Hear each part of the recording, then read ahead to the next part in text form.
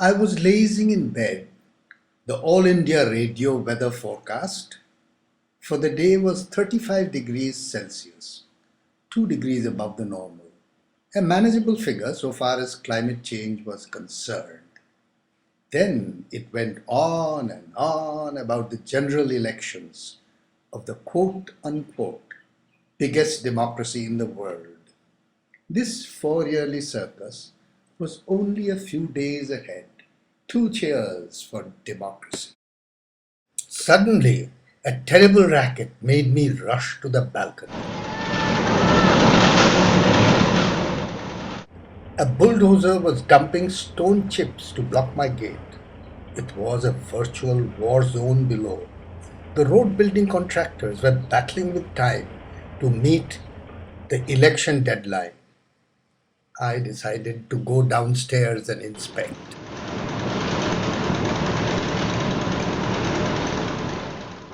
In spite of the early hour, the heat and the haze were overwhelming.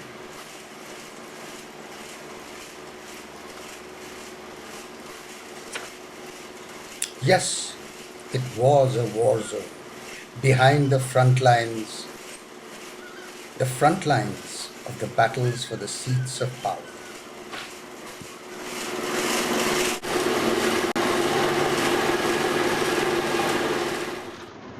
Gone were the days of open coal fires. Large drums of tar were melting on gas-fired furnaces. The molten pitch was carried in buckets and poured down the throat of the strangest and noisiest monsters of them all. Every machine was on wheels. But what about the men and women handling it all? Where do they come from? Where do they go? What do they do after the roads for the elections have been laid? Easy to guess. They are our millions upon millions of displaced, landless low castes. The new serfs in the service of India shining, displaced by big dams, mining and forest industries, special export zones, and other quote unquote temples of modern India. Include the juggies that are systematically burnt to clear space for urban development. Without their unacknowledged help, not a single ancient temple, or for that matter the Taj Mahal, could ever have been built. Did you notice the orange sari? What grace, dignity, and health, soon to be burnt out. কি নাম তোমার? হ্যাঁ, নাম क्या बा? আমার নাম রাধে আছে। রাধে। আর দেশ? এখানেই মুলুক? এখানেই মূল কাঁচরাপাড়া। আর তোমার? রামপ্রসাদ। রামপ্রসাদ। রামপ্রসাদ क्या? প্রসাদ। প্রসাদ। তোমার দেশ কোথায়?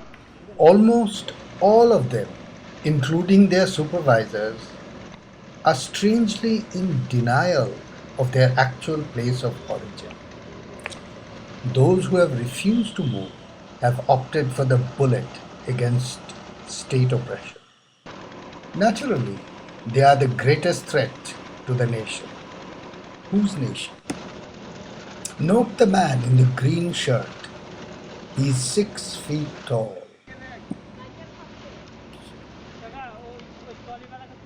Their only protective gear are the universal gamcha and the ubiquitous Hawaii chappal, all self-financed from a statutory minimum wage of rupees 200.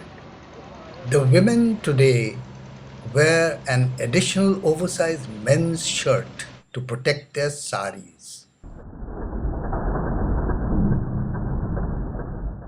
When the votes are cast and counted, what is likely to change for these builders of India's road to progress? Has anything ever changed for them? Yes, today they are no longer displaced by wars and famine. Will the election change anything more? It certainly can. if the numerous realize the power of their numbers with the ballot.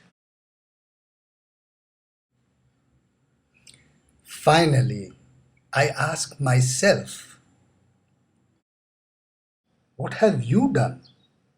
I have edited the video in indolent compassion.